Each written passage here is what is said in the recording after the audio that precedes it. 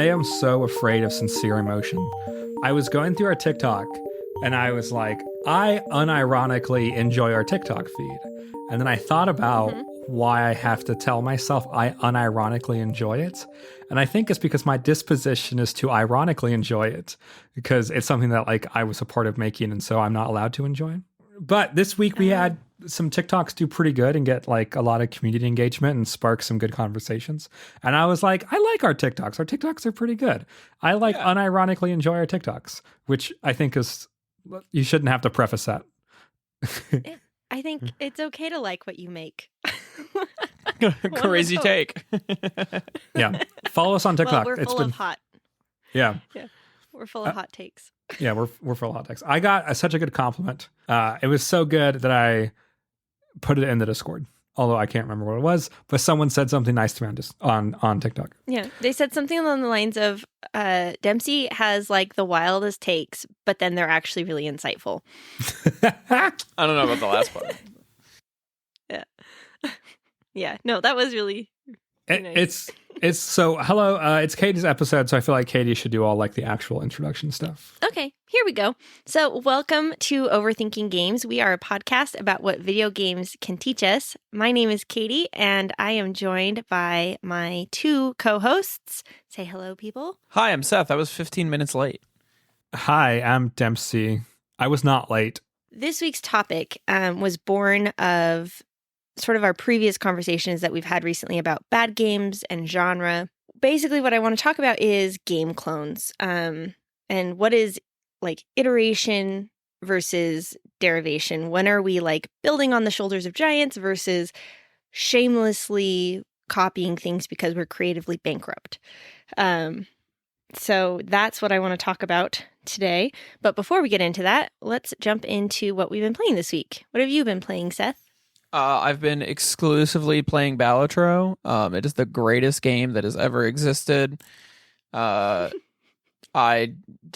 comments. If you like roguelites, go play Balatro. Actually, by the time you're hearing this, you've already been playing Balatro. And if you haven't, brother, I don't know what you're doing with your life. On the other side of things, I was at the Happy Valley Comics and Collectible Convention last weekend. As of the time we're hearing this, if that sounds familiar to you and you came and said hi to us, first of all, hi, what's up?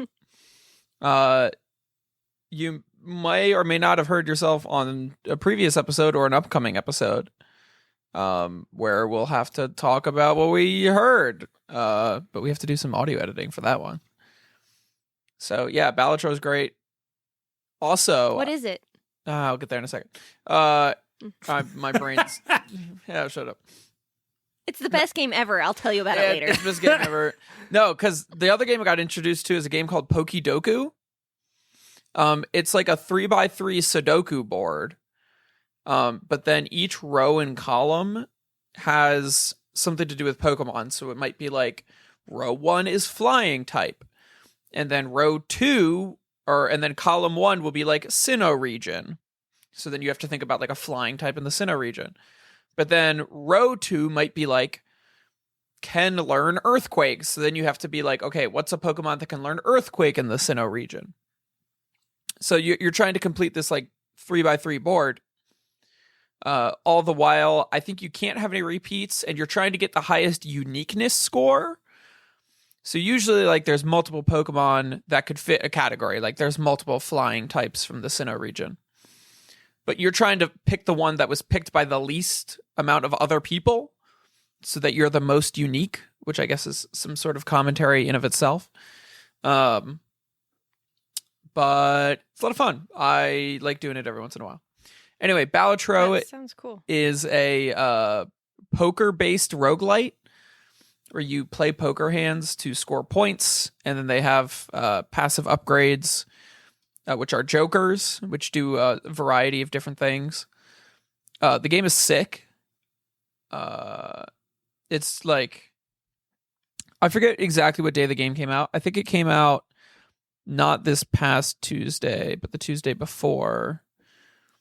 So like let's see, that would have been a week, about 10 days ago, and I already have 31 hours in it. And I was at a convention for 3 of those days. And I work a full-time job. So, yeah, it's fantastic. It's like the only thing I've been playing. Aside from that, Dempsey, what have you been playing this week? I have been making custom sci-fi soundscapes to put in the background of audiobooks that I'm listening to. I am currently listening to The Leviathan, which is the first in the Expanse series. It's good. It's not like I think it is great. Like, it's considered a very great sci-fi. I do not love it. I like it. I think it's solid. I'm enjoying my time with it. It's it starts with, it's a little like plot-y for me. Like, there's like stuff happening and I don't like that. Like, there's like a mystery. It's like a noir detective story.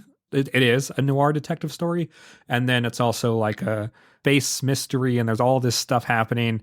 It's not as character focused, and it does character focused in a really weird way. So it follows like 2 different characters. I'm not reviewing this book. Anyways, the point is, I'm listening to the first book in the Expanse series. There's certain versions of Becky Chambers, who's a better author and tells better stories, and her books are so much better. I love her books so much. So much good. Yeah. And there's a version of her audiobooks that are scored completely. And I love it so much. Like, it's such a cool experience. And so I thought, okay, I'm listening to the first book in the Expanse. It's not scored right now. I am going to make my own sci-fi soundscapes to put under the audiobooks. And this has taken me so long to figure out how to do, because iPhone does not like you playing 2 sources of audio at the same time. Play your Apple Music and your Apple, even if it's still Apple, like Apple Books or whatever, like it isn't like that, 2 audio sources at the same time. So I have been creating like 1.5 hour long custom sci-fi soundscapes. It's been so fun. I've been able to go through like all of the sci-fi media that I love, like Blade Runner and Stranger Things and Citizen Sleeper and a little bit of Disco Elysium, and like find like fun playlists that are kind of ambient and can be put in the background as audiobook. And then also like doing fun stuff with like NASA chatter, because they'll say stuff like airlock and like have a lot of, spacey words that they're saying, which is fun to have in a background of like for the radio chatter and things like that. And so I've been spending way too much time doing that, and I'm pumped to do this for other genres. So like, I'm going to listen to the second Lord of the Ring book soon, and I'm so excited to make like a fantasy like woodland soundscape with like trees blowing in the grass, and like I'm so unbelievably excited to like make different soundscapes for different genres of audiobooks. This is like unbelievable. I'm so happy doing this. That is funny. Okay. And That is funny. And then a video game I've been playing, but I have not played as much as I've wanted to because I've been making sci-fi soundscapes, is Pacific Drive. And it's really good. Like, it's really good.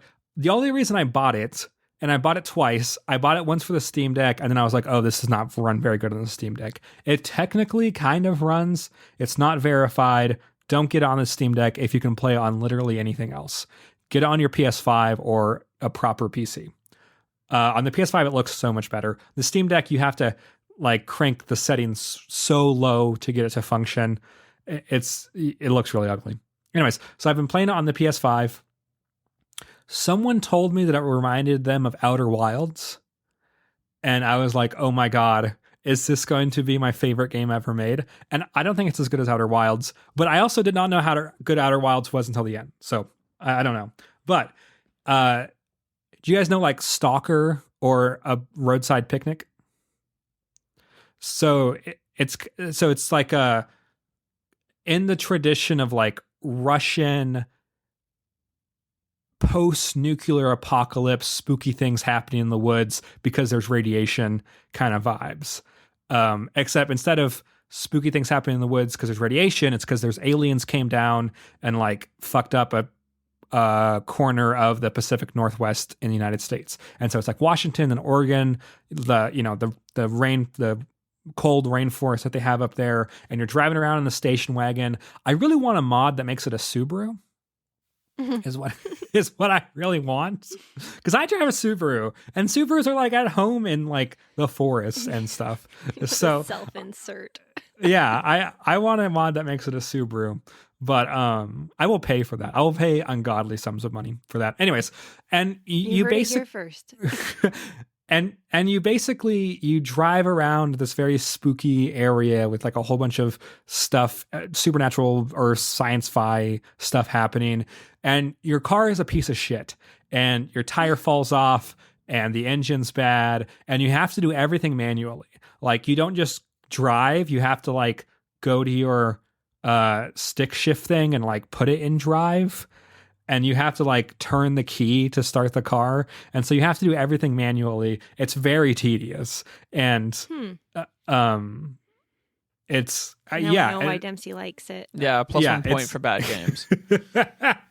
It's incredibly like specific resource management of this car that is both your worst enemy and your best friend. It's like your shield and your weapon, and also like it breaks down at the worst possible time, and it's so tedious, and like everything will go wrong at the same time.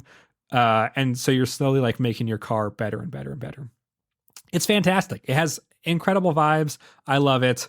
Big fans so far. I'm not very far in, but it's good. Anyways, so that's what I've been playing. Katie, what have you been playing? First, a couple of things. First, Dempsey's like, I have to be finished by 8:45. I'm going to go see Dune. And then he's like, let me tell you all about The Expanse first.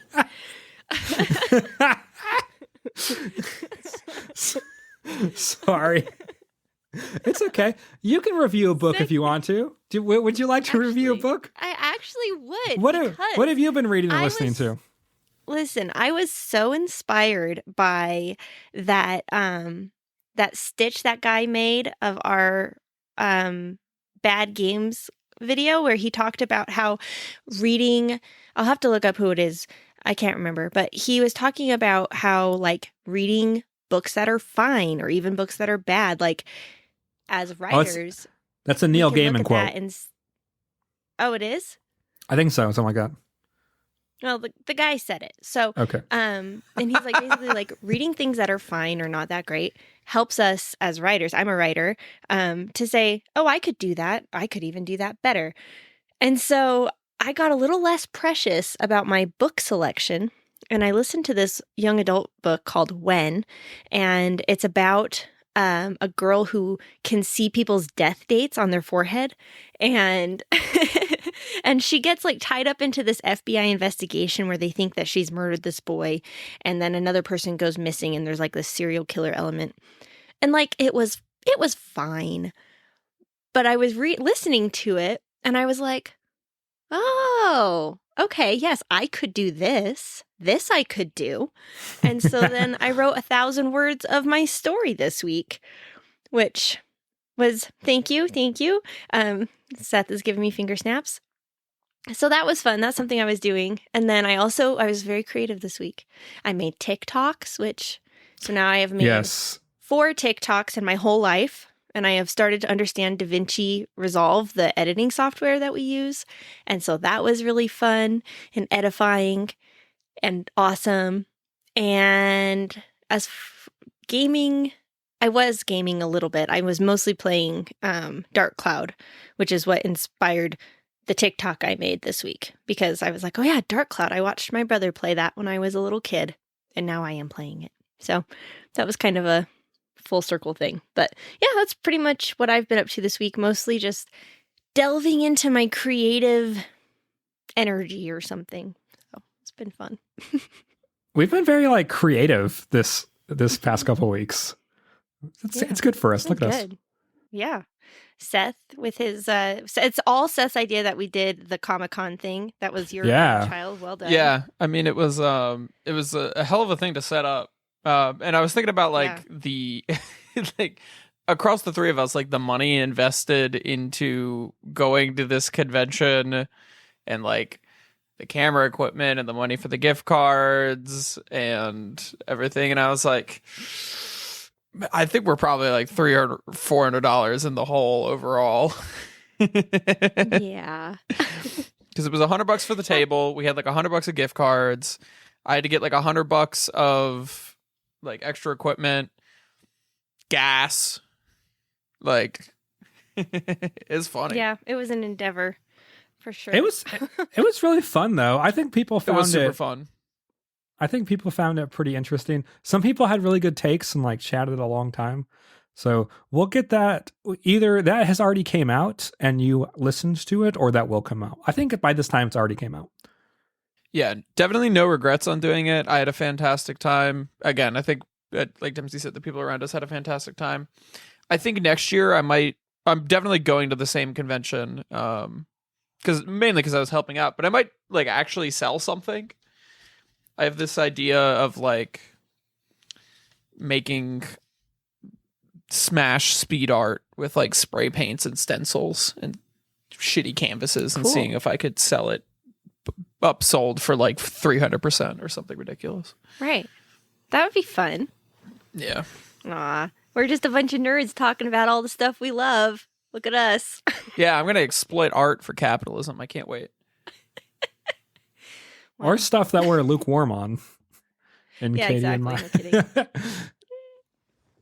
Okay. So this week we have such a tight time crunch, and there's just no we're just, urgency like, at all. We're wandering through this episode. It's the only way we know. Yeah. Okay, so our episode topic this week is game clones. My subtitle is Iteration or Creative Bankruptcy. So while looking into this subject, I came across two main perspectives that I kind of want to discuss. The first one is that all games by their nature are iterative, meaning that they build on each other. There's a reason that game mechanics aren't copyrighted, because they all borrow from each other and build on each other. And that even bad clones can provide inspiration for the next iteration to make something that's a little bit more fresh and a little bit better. The other like opinion is that clones are creatively and morally bankrupt and are something that unscrupulous developers rip off of somebody else and reap the rewards without having to expend all of the resources that the OG developer had to do. So those are my two main kind of opinions that I came across when I was looking into this topic. And so I'm curious what you guys think. I'll start. I'll sum up my main thoughts by saying first take is pretty based. Second take is fucking cringe. Here's my take on this. I've always been of the opinion that there are no original ideas. Like, you know, we're all just like bashing shit together and finding something that works. Nothing new under the sun, right? Yeah, I mean, even as it came to like our genre discussion, right? You know, at the end of the day, like my new favorite game is a poker-based roguelite, which like poker has been around for fucking ever. And roguelites have been around, I don't know, for a little over a decade, by my understanding at this point. But the game Rogue was around in the 80s. So like I'm just playing a game that's literally standing on the shoulders of like 4 different giants, and it's giants all the way down. So okay. Sure, poker I is hear based on some other ancient card game. Rogue was originally written using the 2nd edition D&D rules. D&D stands on the shoulders of like a bunch of other weird like Napoleonic war games. Napoleonic war games stand on the shoulders of the Kriegspiel, a Prussian World War I war simulation game. It's one of the reasons why the Prussians did so well in World War One. Nerd. Yeah, I read a whole book on this topic. Okay, perfect. You're well so there's no new ideas. That's my take. Okay. I hear that. What do you think, Dempsey? Have either of you guys heard of The Last Hope Dead Zone Revival? So it is made to look vaguely like The Last of Us, and it's just shovelware. Like, it's a very famous case of this company doing like a really bad asset flip video game and then trying to cash in on The Last of Us popularity.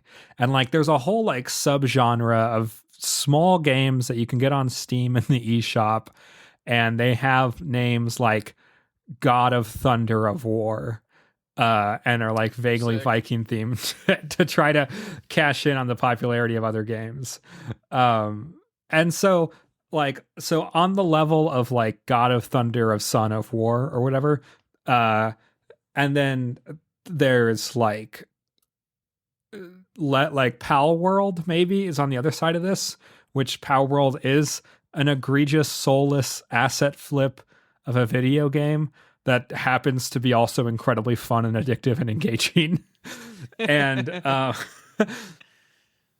so I think if your game's good, it can get away with ripping off other games. And if it's not good, it doesn't matter. Like, I think that like the last Hope Dead Zone Reviled is bad just as a video game. And the fact that it's trying to cash in on The Last of Us is like bad. But if it was good, like if it was like someone trying to do like another zombie father-daughter story and then like with similar like a stealth action game and it ended up being good, like fuck yeah, I would play that. Like I don't care how close it is ripped off of The Last of Us if it ends up being a good video game. And so I think it's one of those things where like the quality determines the moral outrage. I think like this, like Fortnite and PUBG is a very famous example of this, where like Fortnite, it just straight up copied PUBG, but also it's a really fun and engaging game with like really satisfying mechanics and a really low barrier to entry. And so like it ended up being a good game. And so that's not the main narrative around Fortnite. Like microtransactions are more like of the moral narrative around Fortnite than the fact that it's a ripoff of other games. So like, I think the moral outrage is tied directly to the quality of the game, where if it's a cheap shovelware asset flip, it's bad if it's trying to rip off of another game and not. And if it's an engaging, well-made game with satisfying mechanics, no one cares how egregiously it is ripping off another game if it's fun to play. And that, I mean, and that's not, I don't know if that's right. Like, I don't know if Power World is better than God of Sun and Thunder. Like, you know, they're both trying to cash in on other people's intellectual property and, you know, are kind of devoid of original ideas, but one just happens to be made better and is worth I don't feel ripped off when I buy it. So that's how I feel. Okay. So for people who don't know, like, what is Pal World and what is it ripping off? Because I don't know. Someone help me. Oh, did you not know about Pal World? So Pal World is Pokemon something. Yeah, so Power World is Pokemon with guns. And they have like the closest character design to Pokemon ever. And like you catch them in Pokeballs and you run around and you can have them help you out in battles. And like the whole pitch of the game is Pokemon with guns. And the developers talk about this.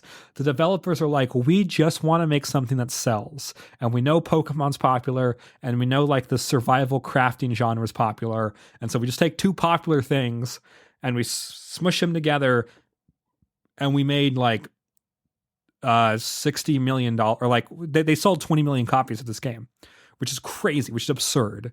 And I think there are some people who are like, oh, they're ripping off Pokemon. I don't think most people think that. I think that's like a weirdly, like, if you are like too much of a Pokemon fan, you might have that opinion. I think most people are like, yeah, it seems soulless, but also it's very fun. So most people would equate it's like fast food, you know, like, whereas like, and so, yeah. And the thing is though, the developers also made a bad Breath of the Wild clone, and that did get criticized for being a direct copy of Breath of the Wild, but also it was a bad game. And so because it was a bad game, it got criticized for ripping off Breath of the Wild, even though the Pokemon game, it's ripping off Pokemon, but it's a good game. So again, that supports my argument where the moral outrage is tied directly to the quality of the video game. Well, and that's my opinion anyways. To the point of a previous conversation, again, on genre, right? Like, at some point it's like, yeah, like you're just ripping off. I need a good example. Well, so in Vampire Survivors, I was talking to one of my friends' little 8th grade son, and I said, "Oh yeah, I'm playing this game called Vampire Survivors, and it's like you're on this screen, you like move yourself around and you shoot at things." And he's like, "Hang on," and he opened up his phone and he pulled up this game. I forgot what it was even called, and it was like cutesy Vampire Survivors. Yeah, and I was like, "Oh my god, it's exactly the same game." Yeah. That's crazy. Well, okay, so like I guess the point I'm trying to get to is eventually like a game gets ripped off enough that it turns into a genre, and at some point, like that's just the reality of how things go. It's like we ripped off Rogue enough that it became roguelikes. Or Dempsey, to the point that you said about like PUBG and Fortnite. There's an episode I want to do eventually on gaming genealogy, and like I guess it's sort of connected to this topic about like how games are just interconnected as you go back. Because, right, like PUBG and Fortnite and Apex Legends and like any other battle royale game, like they have direct roots back to like Minecraft mini games, survival games, maps. Like literally what invented the battle royale genre. So not, and like that really is just was somebody's port of like the Hunger Games into Minecraft. And like Hunger Games is not even its own original idea in like dystopian fiction. Yeah. So again, I think it's like there's no new games. And yeah, I think to Dempsey's point, like gaming has a little bit of Darwinism in it. Like the good games usually float up to the top because people enjoy playing them and they're fun. And like I feel like this topic people comes want up to make more good things, so they use that as their basis. Right, like you can't what's a great example of this? Skull and Bones, the new like pirate game from Ubisoft that was supposedly the first quadruple A game and like flopped. Because like you can't like dump money into a game and not make it good. It like people won't play it. You need like a good game. Yeah. Okay. I think you could kind of dump money into a game and make it bad, or maybe not bad, but like there is like absolutely FIFA's... dump money into a game and make it bad. Yeah, you can dump money, but like also FIFA makes a bunch of money, and those games are lambasted for being. I guess they're not ripping off anybody because they're just doing themselves. So I mean, maybe it's that's a different conversation. But like repetitive is different than being bad. Yeah. Okay. Like I think you can absolutely be repetitive. Do you feel like it's just like Yeah. Do you feel like, Katie, have you played a game that you would consider a ripoff of another game? I'm trying to think because I play a really wide variety of genres, so I can't really think of one off the top of my head where I'm like, wow, this is just a ripoff of another game that was better, you know? But I kind of like thinking about this. I'm glad I was listening to you guys talk for a while because I wasn't really sure where I landed on this. Something that, yeah, I'm like, educate me, give me more perspective, please. On my topic. What? Give me more information on my topic. Well, sure. I bring these topics so that we can talk about them, right? If I already had all of my opinions, it'd be pretty boring. But I kind of struggle a little bit with like the plagiarism side of things. Like, you see, I'm on the subreddit for like, it's like our game devs or something, or like indie development subreddits. And I just kind of lurk there and look at what people are talking about and doing. And something that I see a lot are people who are like, you know, my game was about to go to demo and somebody else basically took the art style and reskinned my game and put it out before I could. And like reverse engineered it and put it out before I could. And it's like there's no protection because they hadn't published it yet. How did this happen? You know what I'm saying? Well, that's what I read an article about it. That this person was making. It was called Ninja Fishing, and they were like What? Nothing. That's just a funny game title. I know. Ninja Fishing and this other developing team basically like stole their idea and reskinned it like theirs, like it was theirs from the beginning. And there was like no recourse because they couldn't, like, they didn't have like a copyright or whatever. Without knowing the details, it feels like Yeah, Bugs like Life and Ants or whatever. Ants? Like movies do this all the time. Yeah, that's true. That's a good point. But to me, Like, this is like there's That Friends with Benefits movie, and then the other one that was about Friends with Benefits that came out the same year. Yeah. But to me, this is like the gaming Darwinism. Like, okay, some other company like skinned your game.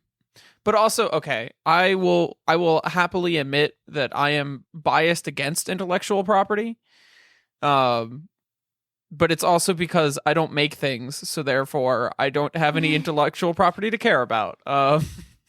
So fucking, I don't really care about copyright. It's like shit should be more available than it is right now. I'll tell you that. That's true. I agree with that. Especially, I was thinking about that in this topic as well. Like when we had our topic about preservation and how the copyright for games is so crazy long, it kind of does make you less inclined to be on the side of that because it's so ridiculous that it's like trying to cordon off all of these different ideas so that nobody else Also, can use them. I think a game's idea or a game's conceit is like such a small part of what makes that game good. And it's all in like the specific mechanics that would, like, if you can do that, I guess, like, that takes a lot of effort to clone.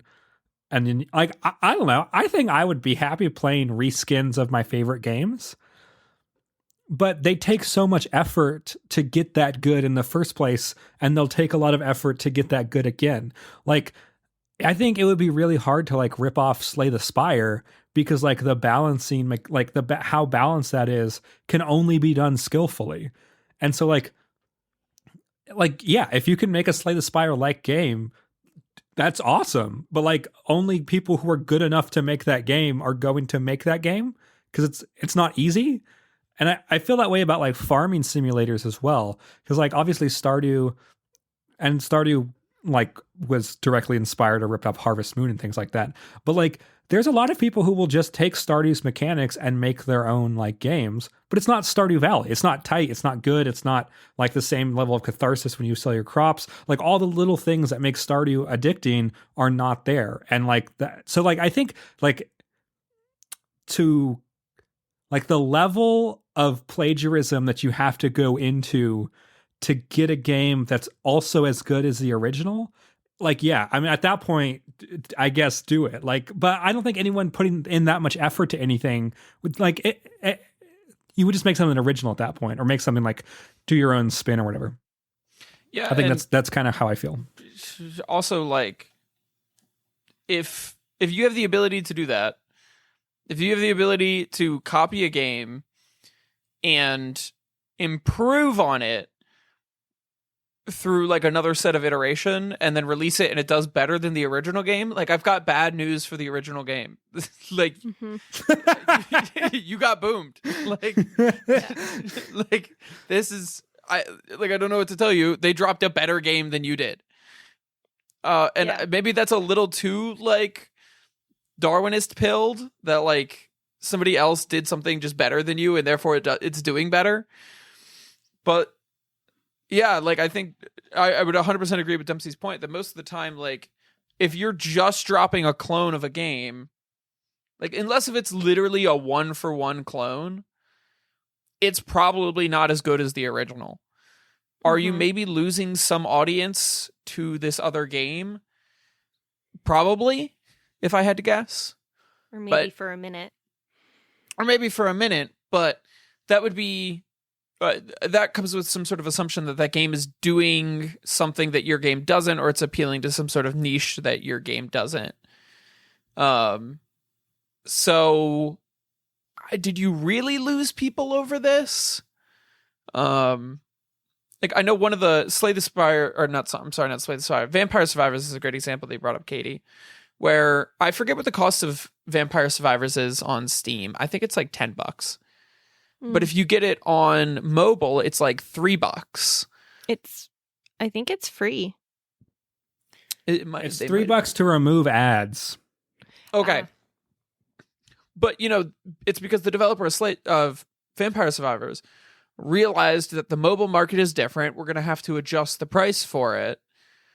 And then like $3 to get rid of ads on Vampire Survivors is nothing. And actually, I think when it first came out on mobile, I think there was just the $3 version, if I recall correctly. But then like, I think that's why other games popped up that were like free, but with ads. And they were filling a niche that like Vampire Survivors didn't, which is people who don't want to spend like any money on phone games. So, but again, like filling a niche and becoming successful is like literally the definition of Darwinism. So I'm sort of arguing a cyclical point here, but I would agree with that. Yeah. I think what kind of hangs me up a little bit is that like if you use somebody else's art, that's not cool, right? Or if you steal somebody's music and use it, that's not cool. Or, you know what I'm saying? Like these specific things, you can't take them and use them. And it's just weird with gaming because there is that extra dimension of gameplay that like you can't plagiarize game mechanics, but it just feels, I could understand where people might feel that it's kind of grody. Do you know what I mean? Yeah, but no. I mean, no. So like I do. It's just like my thing would be like, I think the relationship is a little bit different just due to the fact that they're different mediums. Like it's hard for me to think about like music in the same way. Like Ed Sheeran gets sued all the time for like people being like, that was my chord progression in the 70s. That's a good point. I was literally just thinking that. That's a really good point. Yeah. Yeah. So like the building blocks of music can't be copyrighted and people keep trying to. And it doesn't work. And I think that's a really good point. Okay, look at that. All of the pieces have just locked into No, but like physical, like traditional art. I think like experience is the same stuff, right? Like if you were to literally paint like the exact same house into your painting that somebody else did, they could be like, hey, that's my house. And I think they would have like a pretty good argument to be like, here is my painting that I did before yours. And it's the same damn house. I don't know what you do about that, but like, and they might have some sort of copyright on that. I don't know how that works, but like a painter doesn't have a copyright on like impressionism or something, right? Like the sort of genre of painting. Or you could paint in the style of Monet. Or I mean, even I'm sure some like living painter, you could paint in their style, and they don't exactly have like a copyright on a style. So I don't know where that barrier is. I'm sure there's some sort of like legal precedent for like where that barrier is, but yeah. Dempsey, do you have something? You look like you want to say something. Always. I just talk so much. I think like the point where the internet and me, so let's take Power World. So Power World got accused of literally using Pokemon models in their game. Now this was proven to not be true, but like that level of plagiarism, I think everyone can understand is not acceptable. Like and there was a game that got accused of using Elden Ring animations, and then they would just rig their own character on top of the animations. And like, I think that's pretty well, like everyone agreed that like you can't steal animations from Elden Ring. Like you have to, even if you make your own and they look very similar, there's just something that's unacceptable about like pulling the animation data, copying and pasting it out. Yeah, about copying and pasting it. And so I think like there definitely are limits until like what we will accept as a gaming community. I don't think those limits exist in gameplay. Like I think, or like the game itself. I think those limits have to be like really specific, tangible files. Like almost literally like this is the whatever Blender file that I used or whatever the animation software file is that I use that you brought into your game. And I think that's how granular it has to be for people to really care about video games. But I think that's even that's almost even blurry sometimes too. Like if you were to put into your game an exact copy of Mario 1-1, people would be like, "Oh, that's a sick reference." Like it would not be perceived as plagiarism, but rather like there's something in the zeitgeist that turns it into an illusion instead of plagiarism. Or like if you had like pulled one of the exact assets from Fortnite and you just like put it in your game, people might be like, "Hey, but again, yeah, it's contextual, right? Like whether or not it is, you're just alluding to something. Like if you just had a building in your game that was just like one of the buildings out of Fortnite, people would be like, "That's the Fortnite building." And Fortnite would come and smash you down. Yeah, Fortnite's gonna come like money. smash you down. Epic but, like, would kill you in your sleep. Epic would put cyanide in your tea. Yeah, so there's some also barrier between like, hey, we're like directly referencing and alluding to something because it's funny, versus like we're just copying it. I think like trying to hide it is probably the difference. Yeah, right? and if you're making blatant. if you're making commentary, it becomes transformative. So like one of the reasons why I feel really okay about Pal World is because Pal World is kind of parodying Pokemon. Like it's taking the Pokemon child-friendly ideas and taking them to their logical furthest conclusions as like and I feel like it gives commentary on the Pokemon world. And so like it recontextualized, like the Pokemon in Power World means something differently than the Pokemon in Pokemon. The Pokemon in Power World are like resources that you can exploit and are expendable and you can kill. And that's not how little friends that you cherish. Yeah. Yeah. And so I think if you were to include like in a platformer an exact replica of Mario 1-1, that would probably recontextualize what that means. Whatever you're saying about the Nintendo design or whatever. So I think as long as it's recontextualizing, most people are okay with it. But I don't know. I think I cannot think of a time when I will care more that something is ripped off. I will probably care that it is bad first. And if it's good, like, and I think like we've seen that, like Jet Set Radio had a game, I think recently, there's a game that came out that was pretty much exactly like Jet Set Radio. It wasn't made by the same people. It was made by people who were like upset that Jet Set Radio never got a sequel. And so they made a game exactly like Jet Set Radio, and it got like pretty well, like, oh, this is the exact same game and same mechanics and same vibe, and people were like generally happy with it. Yeah, it was what they wanted. Yeah, I get that. Like if somebody made a game that was this like spiritual successor to Hollow Knight because Silk Song's never coming out, people would be pretty happy. You underestimate the Hollow Knight community, actually. Hollow Knight community hates anything that resembles Hollow Knight. Oh, well, okay. And also good news. That game came out in 1994. It's called Super Metroid. You should go play it. It's not the same thing. Okay.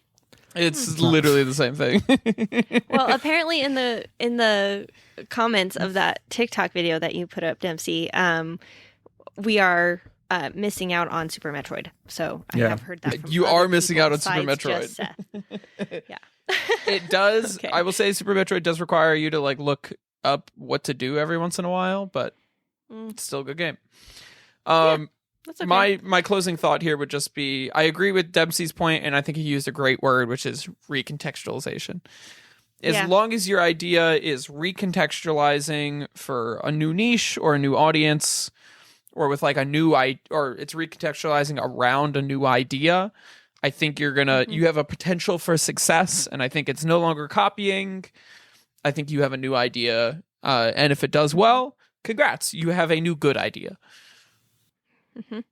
Yeah, and I would agree actually with you, Seth, as well, that it really is survival of the fittest out there. Like if it does what somebody else did but better, like then is it really copying? No, I don't think so. I think it's more building on its predecessor. And if it's similar enough that maybe the person who made the predecessor feels like cheated, well, I think that kind of just sucks for them a little bit. It's not like blatant stealing. I'll throw in one last thing just because it's going to annoy me if I don't have the... And I know Dempsey needs to go. One last thing because it'll annoy me if I don't have the opportunity to say it. There is also some aspect of luck involved. Like, not everything in life really is like social Darwinism, especially I know for like creators and creator communities. Like, yes. I agreed with you him, just and now need to he's get not lucky agreeing with me. sometimes. Yes. Your video needs to hit the algorithm. Your game needs to hit something in the zeitgeist to get shown to the right person who shows it to the right people. Many good ideas die, as they often do in nature as well. So I agree. Okay. Well, this has been our super quick Overthinking Games episode. We are actually going to wrap up here. So thank you so much for joining us, and we will catch you next time.